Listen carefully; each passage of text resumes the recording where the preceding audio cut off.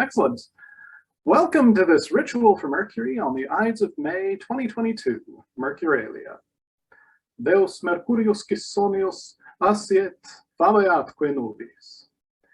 In my previous appearances at Comreta, my focus has been on history or on religious reconstruction. This time the primary purpose is devotional, so the ritual will take up a larger amount of time than was the case for my presentation and ritual on Rotona, for example. I will, however, include some prefatory remarks to help clarify what we'll be doing in the ritual and why. As we've been saying in the chat and elsewhere, if you wish to participate actively in this Mercuralia ritual, you'll need to purify yourself and or the space you're in with water, a bell, oil, or whatever else you use. You'll also need some water in a ritually pure bowl or urn, something to dab it with. I'll be using a few bay leaves and ideally some items from your work, whatever that might be.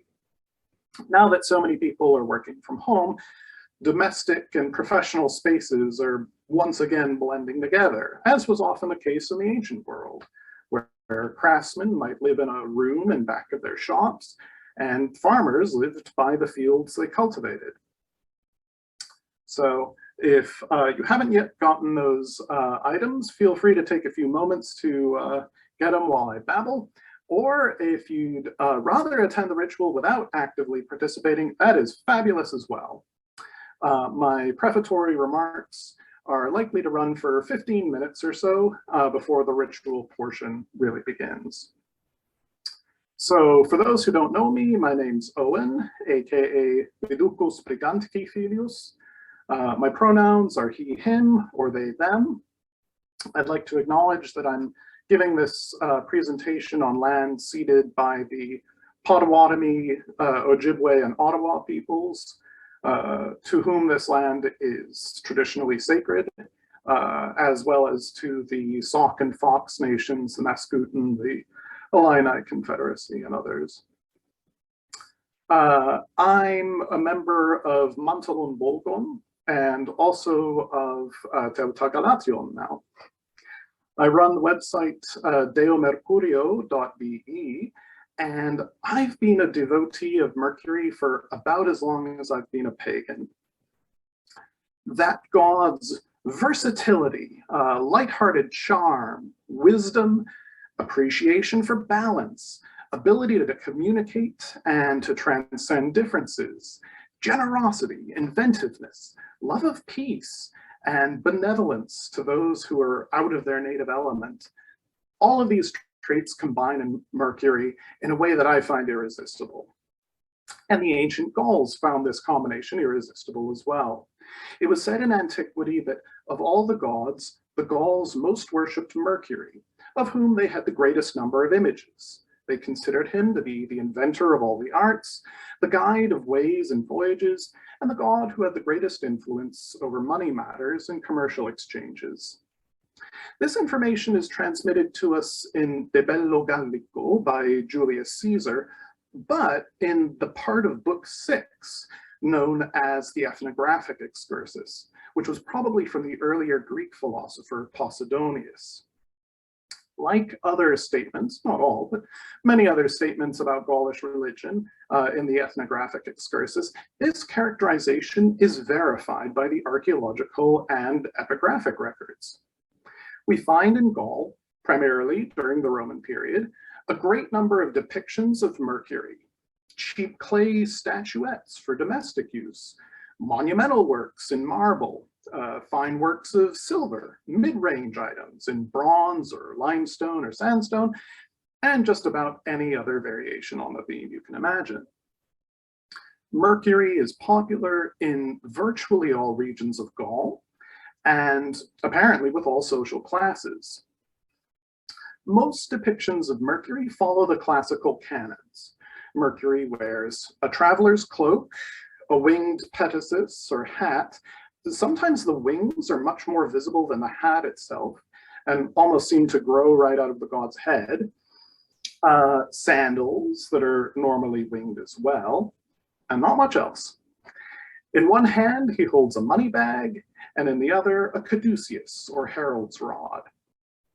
Accompanying him may be any of his favorite animals, the rooster, the tortoise, and the goat or ram.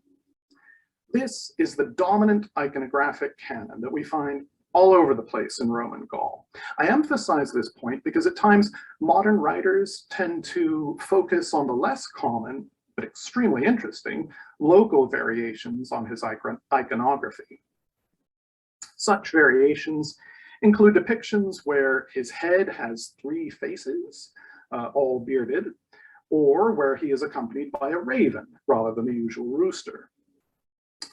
Similarly, the epigraphic evidence shows that in most parts of Roman Gaul, the deity honored in the greatest number of inscriptions is usually Mercury.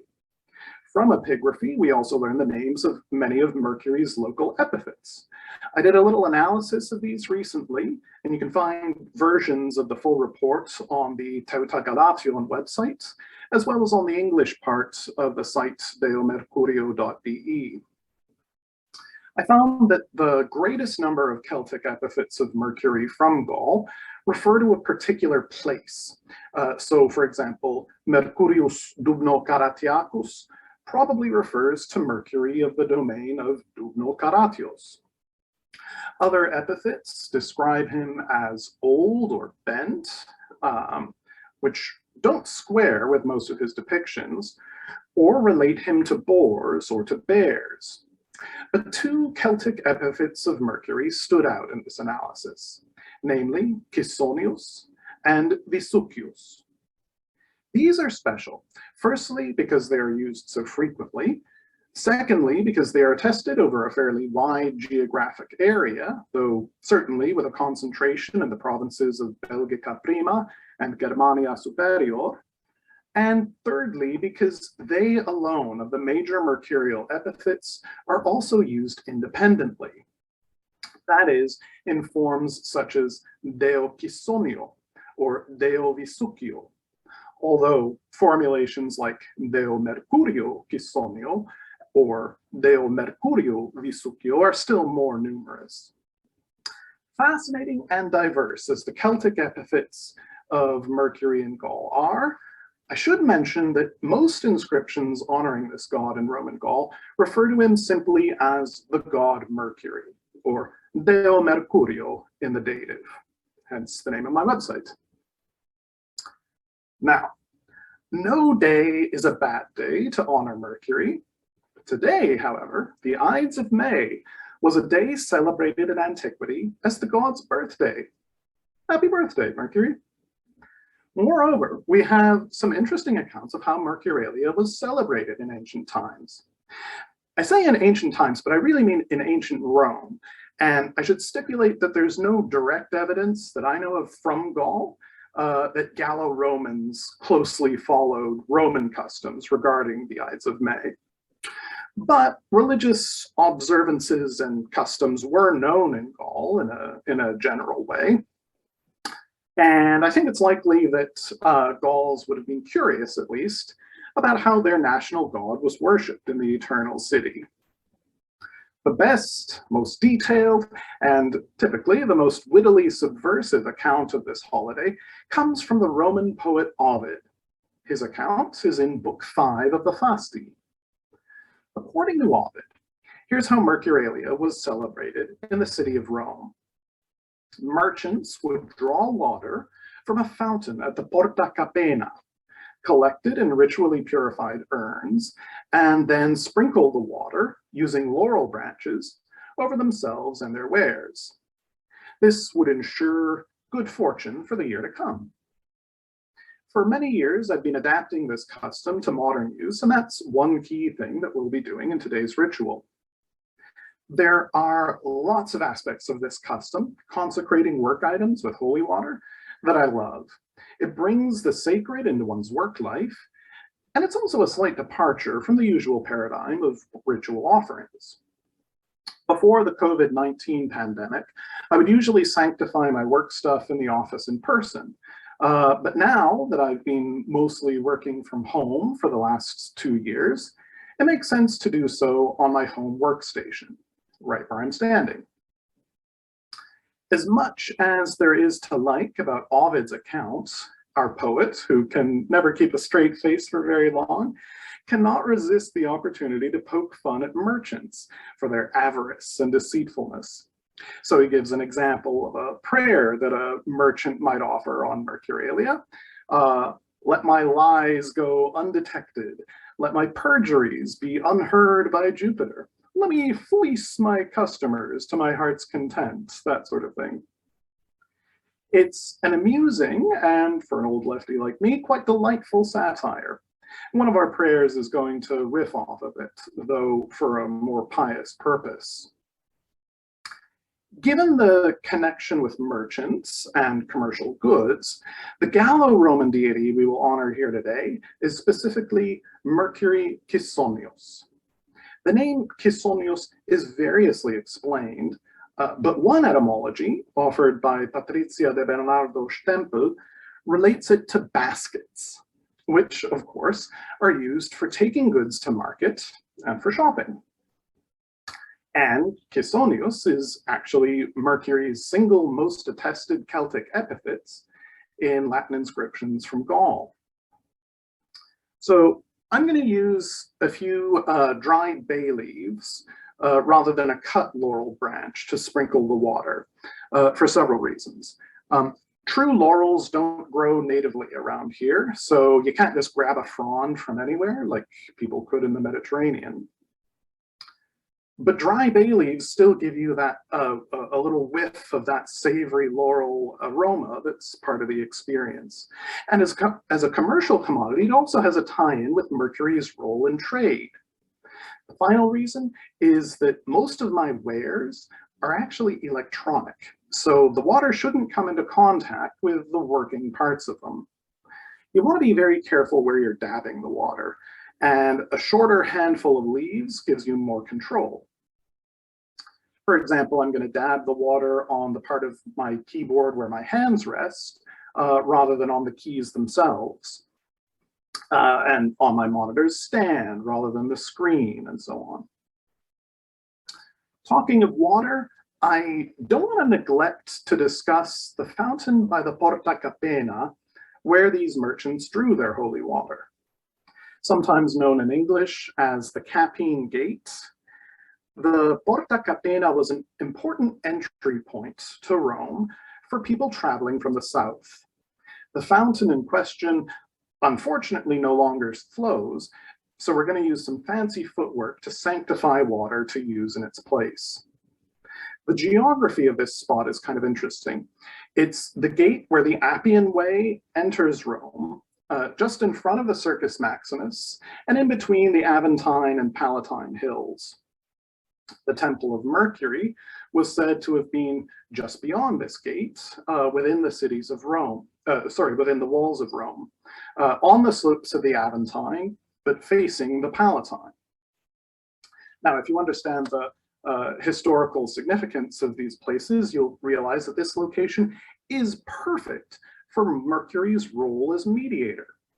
He stands between the high holy place of plebeian life and that of the patricians.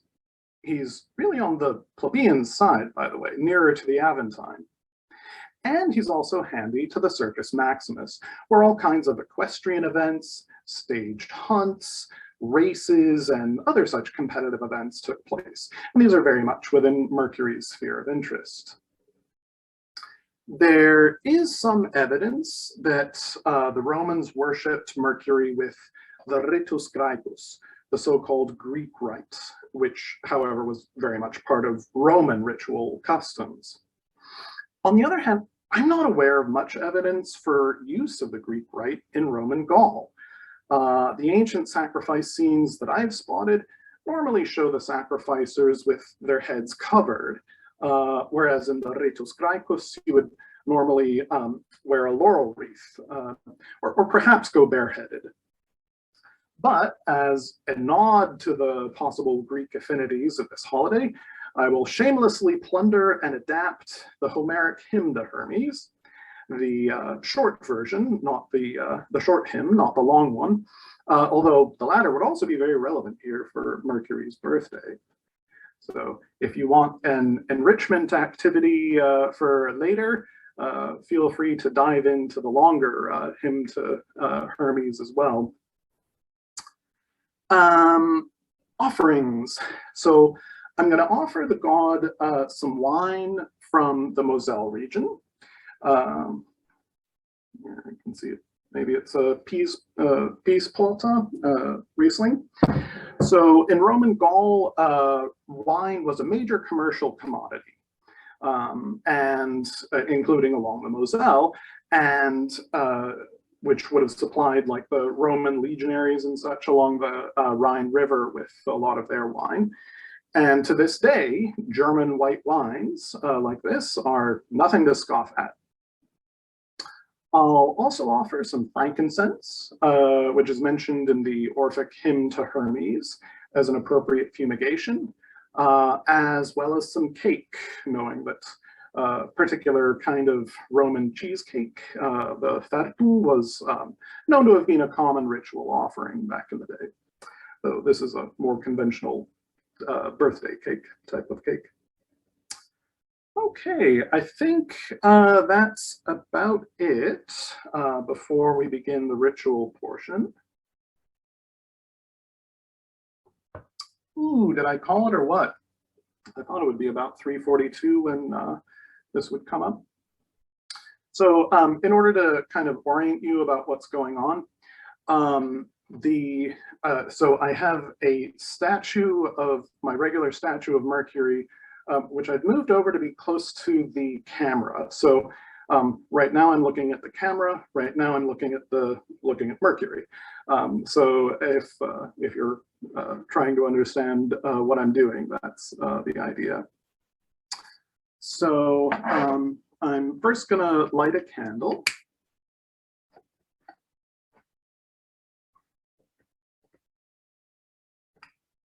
And bear in mind that this space and my person have been ritually purified already earlier. Okay, so let's take a few moments to clear our minds and dedicate our thoughts to the honoring of this beloved god.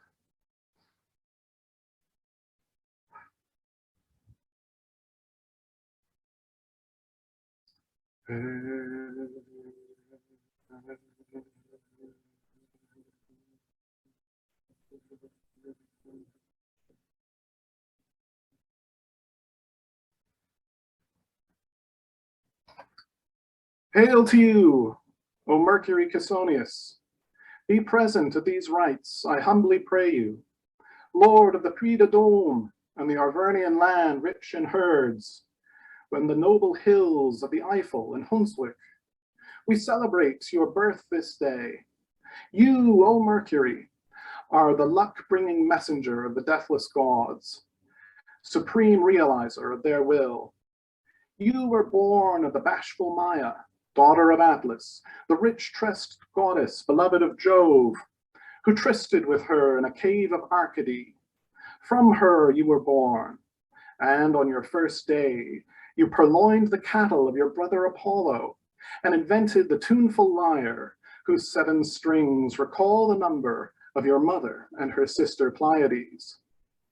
On your second day, you had the finesse to reconcile with the far-shooting god, and taught him to play your instrument. The strutting cockerel is your delight, as are the hoofed flocks of mountain and glade. From your generous hands flow riches, and your wand brings the comfort of peace, good tidings, and gentle dreams. Hear us, and hail to you, son of Jove and Maya. Be present at these rites, and ready to receive our adoration.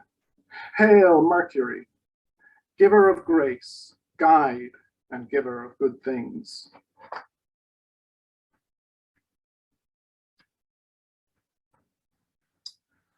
I'll now make offerings of incense, wine, and cake, and after each, I'll say the phrase "Macte virtute esto," which is a kind of ritual exclamation point.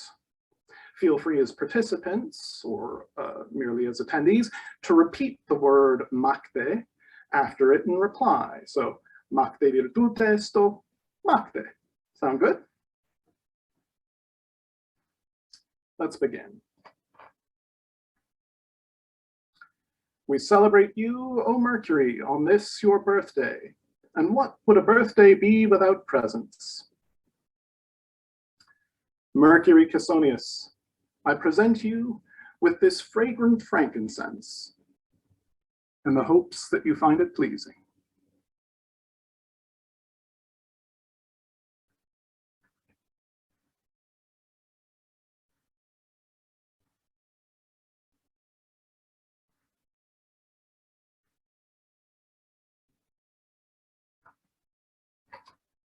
Macte virtute esto.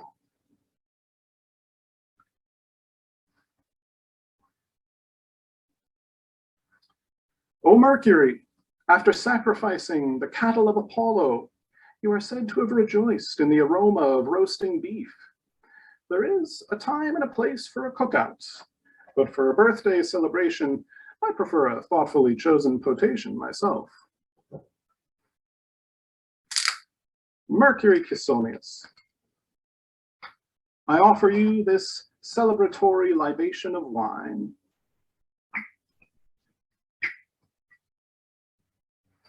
May you look favorably upon your worshippers. Macte virtute esto.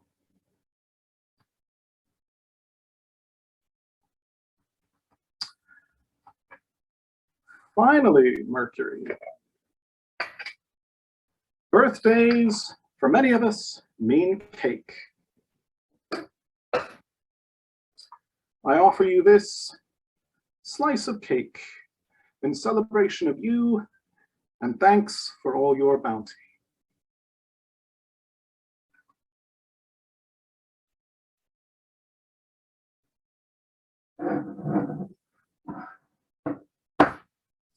Macte virtute esto.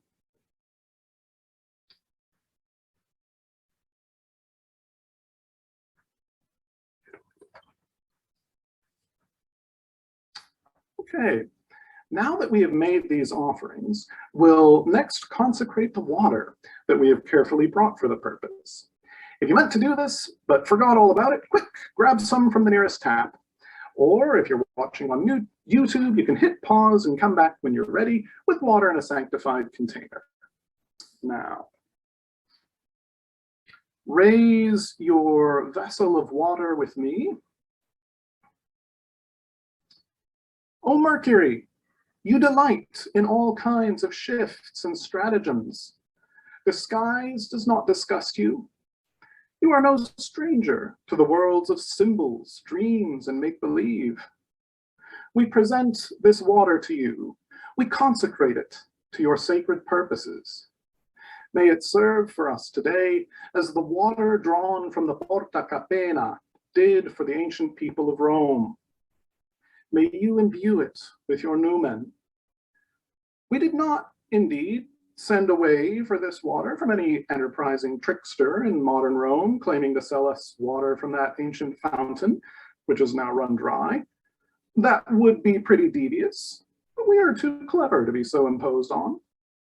Nor did any employees of the Food and Agriculture Organization, whose headquarters are located there now, simply turn on the tap and ship this water to us.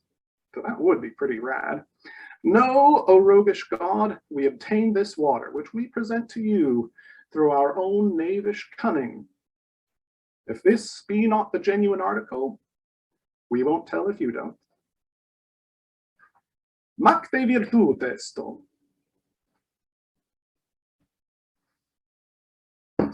Now that we have consecrated water, obtained in the most mercurial way, we'll sprinkle it over various things representing our work lives, starting with ourselves, and proceeding to any tools or goods that we use for work or offer up for sale.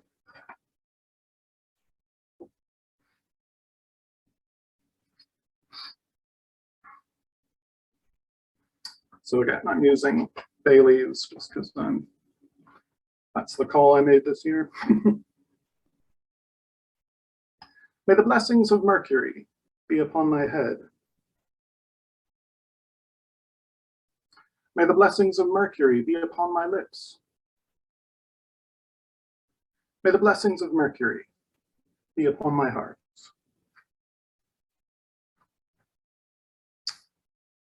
May the blessings of Mercury be upon these tools I use for my work.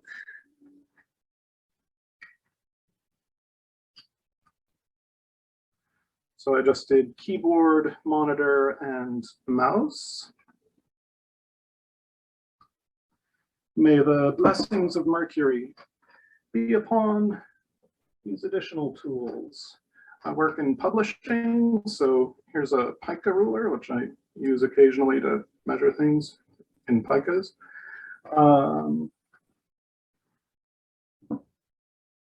May the blessings of Mercury be upon my company credit card used for traveling, and on a tote bag that I use for carrying things around, and may the blessings of Mercury be upon my journal, of which I brought in a few copies.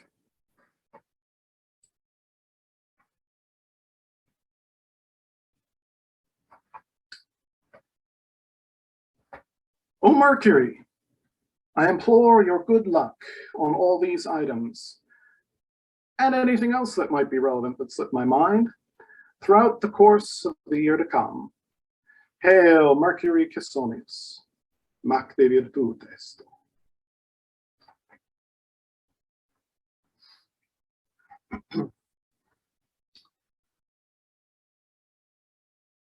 Incidentally, I took the hood off in order because it's consecrating your hair is one of those things that's mentioned specifically in Ovid. So, but I'll resume for ritual purposes now.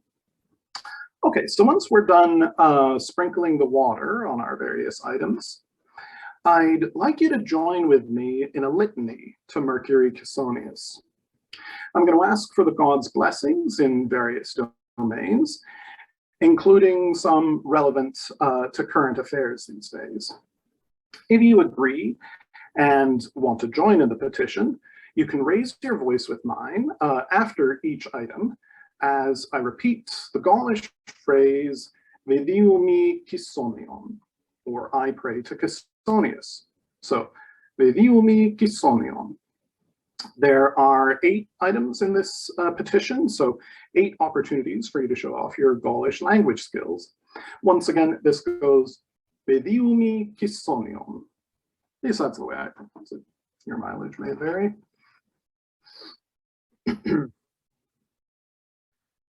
O Mercury Caesonius, we worship you as inventor of all the arts, skillful in games, peerless orator. Vidiumi Caesonion. O Mercury Caesonius, we worship you, guide of voyages, friend of travelers, patron of strangers. Vidiumi Caesonion. O Mercury Caesonius, we worship you as the giver of good things, guarantor of financial well-being, overseer of all kinds of commercial exchange. Vidiumi Caesonion. Mercury Caesonius, we look to you for excuse me, we look to you for prosperity. At a time when so many see their purchasing power diminish, may those who struggle know relief. At a time when wealth is so unequally skewed, may you bestow the greatest good on the greatest number.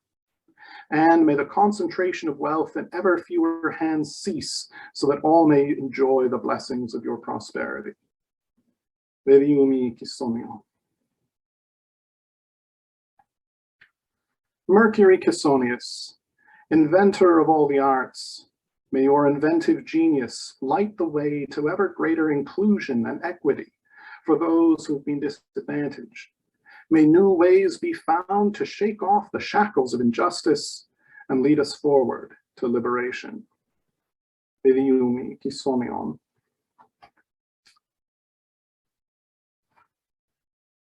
Eloquent Mercury Kisonius, you delight in elegance of communication and subtlety of thought. At a time when increased interconnectivity seems to drive people farther apart, may you aid in our understanding one another. Let truth prevail, and may the public be too clever to be taken in by bad faith arguments and disinformation. Vidiumi Kisomion. You, Mercury Kisonius, are a god who delights in peace. Let the designs of all aggressors be frustrated. May their impious plans, appalling alike to gods and mortals, be their own undoing. May war crimes everywhere be exposed, condemned, and condignly punished. May peace with justice everywhere prevail. And may you conduct the souls of those whose lives have been prematurely taken to a blissful afterlife hereafter. Vidiumi Kisomion. O Mercury Kisonius, you provide for the wants of suppliants. You succor travelers and outcasts. May the difficulties of all refugees and displaced people, of all who now live in clandestinity, be eased. May all who wish it find a safe way home, and may all who seek a new start find a ready welcome in their new abode. Vidiumi Kisomion. And if you'd like to add an item of your own to this petition, you can type it into the chat now. We'll give a little space to do that. And if you're listening on YouTube, you obviously could pause here and add a more lengthy item to this petition as well.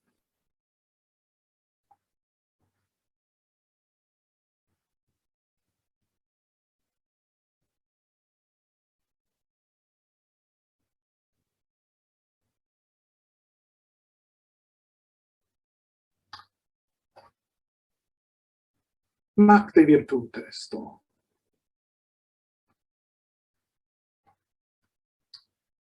Okay, I'll now take a divinatory reading. It'll be no surprise to some of you watching that I'll be using the letters from the alphabet of Lugano for this.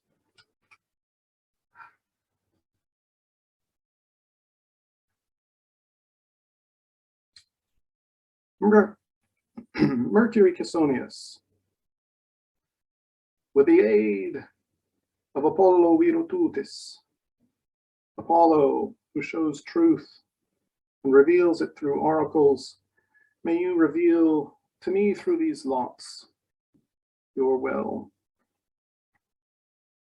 I beg to know, O Mercury Kisonius, if I may, whether this rite upon the whole and the offerings we have now presented to you are acceptable to your Godhead.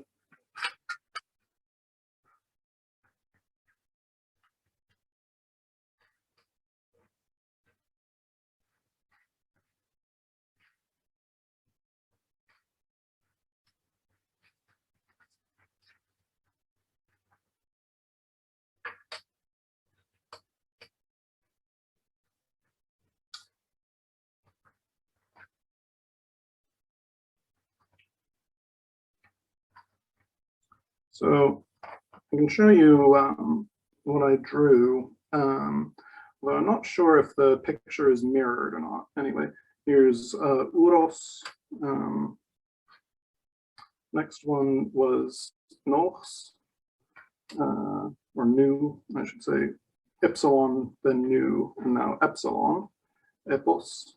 There are a lot of different systems going around. That's my interpretation. So I'm going to read this as strength and assertiveness as qualified by a certain introspection and almost introversion, if you like, of learning and growth out of darkness, which results in a flowering of, again, a return to the themes of strength, but also of productivity and new gifts, new possibilities, new prosperity, by one interpretation. This is all very favorable, the way I would interpret this, and the orientation left-right is what we're calling positive.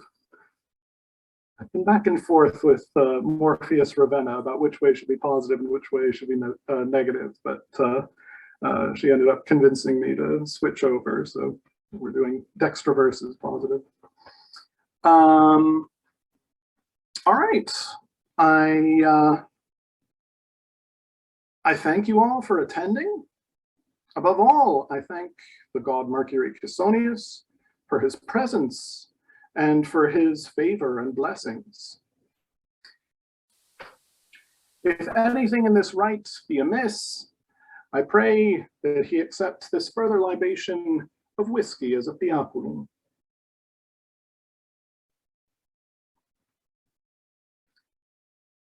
And I thank the spirits of this land for having permitted this ritual to take place here. Hail, Mercury Cassonius. Hail to him upon this day and all the days of the year. So that's it. But as birthdays are best observed with a party, I'll invite you, if there's any time left, to share in the god's bounty. I'm going to pour myself a glass of Moselle wine, because why not? And if time still permits, then I'd like to open the floor up for any discussion about questions, observations, or anything that's come up in the chat. But if not, I realize that time is pressing and it may be best to move on to other things. I see a lot of praise in the chat. Yes, a lot of appreciation for the energy that you bring to ritual, which I have to agree with. You're always bringing a lot of physicality to your presentations, which I really enjoy. Well, cheers. Cheers to you as well. Yeah, it seems like everyone's super happy with it. And Viducos is always present on Gullchat and in his server forum Gallicum, where, you know, so thank you so much, Viducos, for you know, presenting at this Comrington as well. It is always super appreciated how, you know, much you give yourself to the community. Oh, listen, I really appreciate the opportunity. This has been great. The whole Comrington this year has been full of interesting presentations and discussions, and yeah, I'm really happy to be a part of it. So thank you.